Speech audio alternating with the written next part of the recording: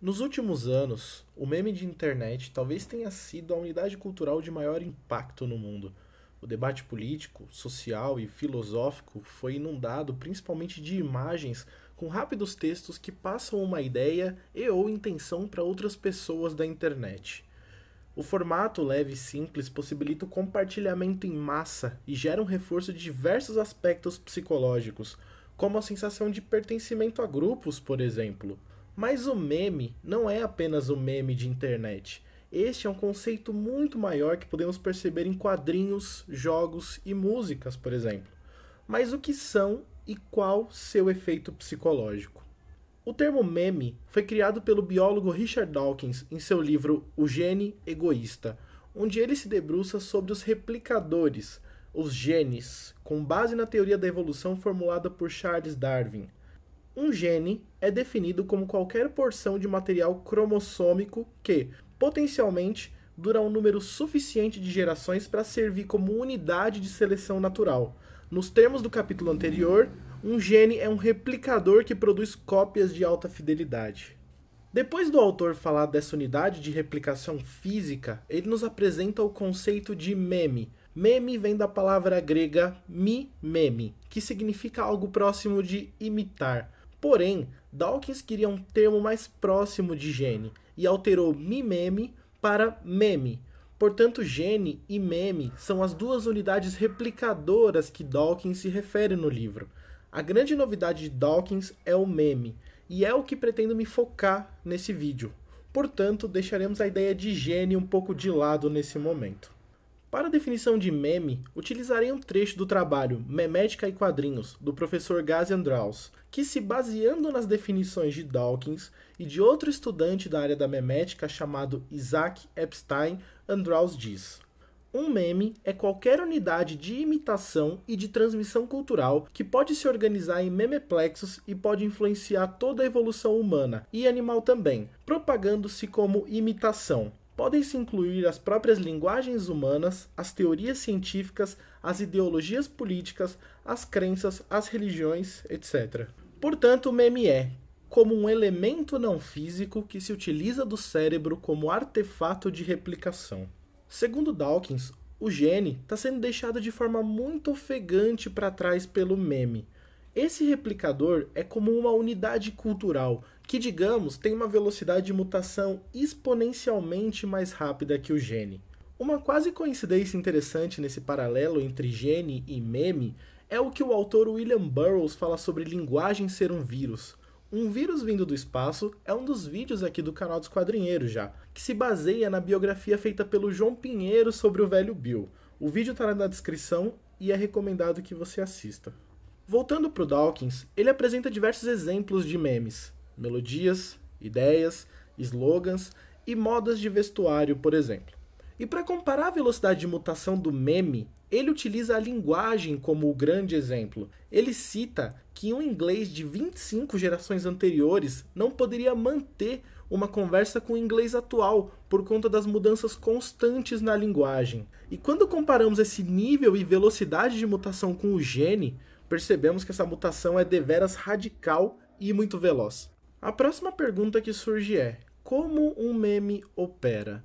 De que forma ele se torna poderoso e convincente socialmente? Isso ainda segundo a visão de Dawkins, em um livro escrito antes da criação da internet e da ideia popular de meme. Dawkins diz que seu colega N.K. Humphrey resumiu bem o motivo de um meme se propagar. Os memes devem ser considerados estruturas vivas, não apenas metafórica, como também tecnicamente. Quando planta um meme fértil na minha mente, você literalmente parasita o meu cérebro, transformando-o num veículo de propagação do meme, da mesma maneira que um vírus pode parasitar o mecanismo genético de uma célula hospedeira. E isso não é apenas modo de dizer. O meme, para a crença na vida depois da morte, por exemplo, é de fato efetuado fisicamente, milhões de vezes seguidas, como uma estrutura nos sistemas nervosos de seres humanos individuais espalhados por todo o mundo.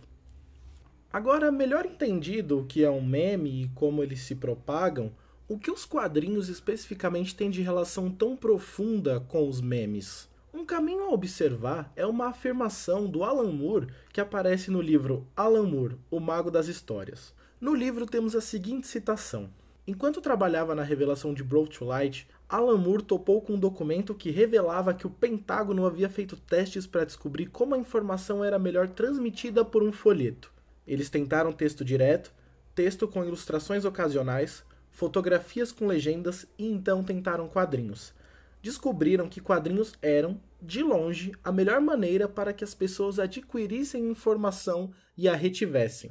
Eu acho que isso deve ser porque as HQs envolvem as duas metades do cérebro simultaneamente. Uma metade está preocupada com as palavras e a outra com imagens. A afirmação de Alan Moore não é exatamente científica e nem nos coloca em um caminho de estudo relacionando os quadrinhos diretamente com a memética. Ele aparece no livro em um contexto onde o escritor defende a mídia quadrinhos como algo original e de grande utilidade na transmissão de ideias e histórias. Em outras palavras, é possível interpretar que Moore faz um elogio à capacidade dos quadrinhos de transmitirem memes aos leitores de uma forma compreensível, identificando assim certa potência da mídia para disseminar diversos memes pelo mundo. E o Alan Moore converge com o que afirma o professor Gaz Andrus. O ser humano possui 5 sentidos principais, dentre os quais a visão é em primeira instância a principal, pois, como afirma Bajard, se a emissão da escrita produzida pelo gesto da mão é menos veloz que a emissão da voz, a recepção pelos olhos é mais rápida do que a recepção pelos ouvidos. Nós somos animais altamente visuais, e ao que parece, os memes replicadores, para os quais a mente humana seria uma hospedeira, em se atestando a veracidade de tal teoria, são a razão do cérebro humano ter alcançado as dimensões e complexidades a que chegou. De acordo novamente com os pressupostos de que o homem busca o mítico, portanto a ficcionalidade, e assim o imagético, como fonte de resgate intercomunicacional e de retorno ao paraíso olvidado, as imagens, e assim as HQs, são elementos de extrema importância aos percalços evolutivos da raça humana, revelando assim a imagem como a principal válvula que a incita essa busca aparentemente sem fim e sem retorno. Por este prisma, os antigos educadores estavam, de certa forma, corretos em se preocupar com a leitura dos gibis. Imagens podem possivelmente influenciar mais que qualquer outra coisa, e, com os memes em ação, que não precisam esperar uma geração para se espalhar, e sim minutos, aventar novos cursos na vida tecnológica. E em relação a essa citação, talvez seja interessante abrir um parêntese de reflexão com relação à ideia de busca da ficcionalidade, pois, conforme postulado por Gilbert Durant, a mente humana é formatada pelas estruturas antropológicas do imaginário. Gaz Andrus cita a preocupação dos educadores, pois em certo período da ditadura militar brasileira, os quadrinhos passaram a ser massacrados por um pool de memes grosseiros que afirmavam o malefício dos quadrinhos. E assim, as HQs passaram a ser mal vistas em território nacional e foram retiradas das escolas e de outros lugares que incentivavam o aprendizado. E atualmente os parâmetros curriculares nacionais aconselham o uso de HQs na formação escolar. O movimento contra os quadrinhos baseado em pseudociência e preconceitos no Brasil tem um paralelo ainda mais curioso nos Estados Unidos. O caso do livro A Sedução dos Inocentes, de Frederick Verton, que associou a delinquência juvenil com as histórias em quadrinhos. O caso levou à criação de um selo de autocensura pelas editoras, protestos contra os cómics e tivemos até episódios de fogueiras de gibis pelos Estados Unidos. É estranho, mas como um pool de memes baseado em pseudociência consegue manipular tão profundamente a opinião popular? Ainda durante a explicação de Dawkins no livro sobre como os memes operam, o autor dá um exemplo sobre o meme Deus. Considere a ideia de Deus. Não sabemos como ela surgiu no pool de memes. Provavelmente originou-se muitas vezes por mutações independentes. De todo modo, é uma ideia realmente muito antiga. Como se replica? Pela palavra falada e escrita, auxiliada pela boa música e pela grande arte. Por que ela tem um grau de sobrevivência tão elevado? O leitor deve lembrar-se de que grau de sobrevivência, aqui, não se refere a um gene num pool de genes, mas sim a um meme no pool de memes. Na verdade, a pergunta significa: o que há na ideia de um Deus que lhe confere estabilidade e penetração no ambiente cultural? O valor de sobrevivência do meme Deus no pool de memes resulta do seu grande apelo psicológico. Ele fornece uma explicação superficialmente plausível para questões profundas e perturbadoras a respeito da existência. Sugere que injustiças deste mundo podem ser compensadas num próximo.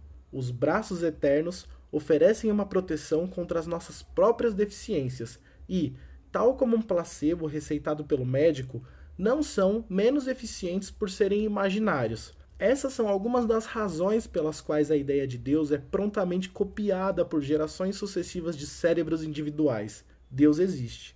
Nem que seja somente na forma de um meme com elevado grau de sobrevivência, ou poder de contágio, no ambiente fornecido pela cultura humana. E a relação do exemplo com a ofensiva contra os quadrinhos pode ser pinçada do trecho.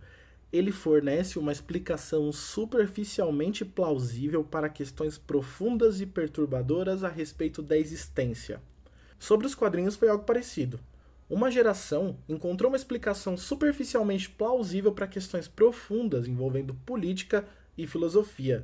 Questões perturbadoras que vertem a sociedade canalizaram para a mídia quadrinhos e se criou este meme que nada tem de científico e verídico com relação à realidade. Tanto que ele penetrou de forma rápida, porém sua morte foi também muito rápida. A falta de consistência deste meme foi a sua queda. Na internet, todo tipo de meme é possível, pois a voz que a internet proporciona favorece a criação de memes que explicam o mundo de maneira simples e pouco científica. Problemas complexos são associados a inimigos imaginários e os grupos que criam esses inimigos imaginários se retroalimentam em suas paranoias e explicações pífias do mundo. Tudo isso a ponto de conseguir criar um memeplexo fascista e uma histeria coletiva. E o meme literal de internet talvez seja a máquina mais poderosa nesse caso. Na segunda temporada de The Boys, a personagem Stormfront pega a criação e disseminação de memes de internet para limpar a sua imagem e a do Capitão Pátria, após certas quedas de popularidade. A estratégia da personagem é um comentário principalmente como o meme e suas explicações simplificadas de uma realidade complexa foram usadas como artifício de domínio psicológico e político por parte principalmente de um grupo de extrema-direita ao redor do mundo. O caso é apresentado de forma interessante no documentário sobre a Cambridge Analytica, que está disponível na Netflix. Inclusive temos um vídeo relacionando o quadrinho Shade, o Homem Mutável, com este documentário. O link também está na descrição. O meme de internet tem uma completa relação com a criação do termo meme e o que de fato significa a palavra. Os memes de internet são como adesivos com ideias que grudam em nossos cérebros e parasitam como verdadeiros vírus. E eles tanto inflam nossas convicções como nos convencem de realidades inclusive inventadas, sejam por nossas cabeças ou por outras pessoas de forma muito sutil. A compreensão da memética é um dos artifícios, um dos caminhos mais interessantes para estudar qualquer tipo de mídia e linguagem. Isso acontece com trabalhos incríveis, como foi o do professor Ghazi Andraus, que inclusive também está na descrição do vídeo. Porém, existe uma parte difícil que soa até um pouco como teoria da conspiração nessa compreensão, que é a utilização do meme como arma política e filosófica. Tanto para colocar em xeque democracias, quanto para fazer com que pessoas sigam certas ideias e vivam vidas de compreensões completamente guiadas por grupos interessados nisso. Mas para falar melhor sobre esse certo domínio da mente, eu vou deixar isso para um próximo vídeo, onde eu utilizarei como base um jogo de videogame que de forma muito particular considero o mais revolucionário que vi nos últimos 10 anos. Ele se chama Super Hot. Mais especificamente, sua última versão que foi chamada de Super Hot Mind Control Delete. E eu garanto a vocês que esse nome não foi escolhido à toa. Meu nome é John Holland e para outros vídeos como esse, dá uma olhada no canal. Muito obrigado.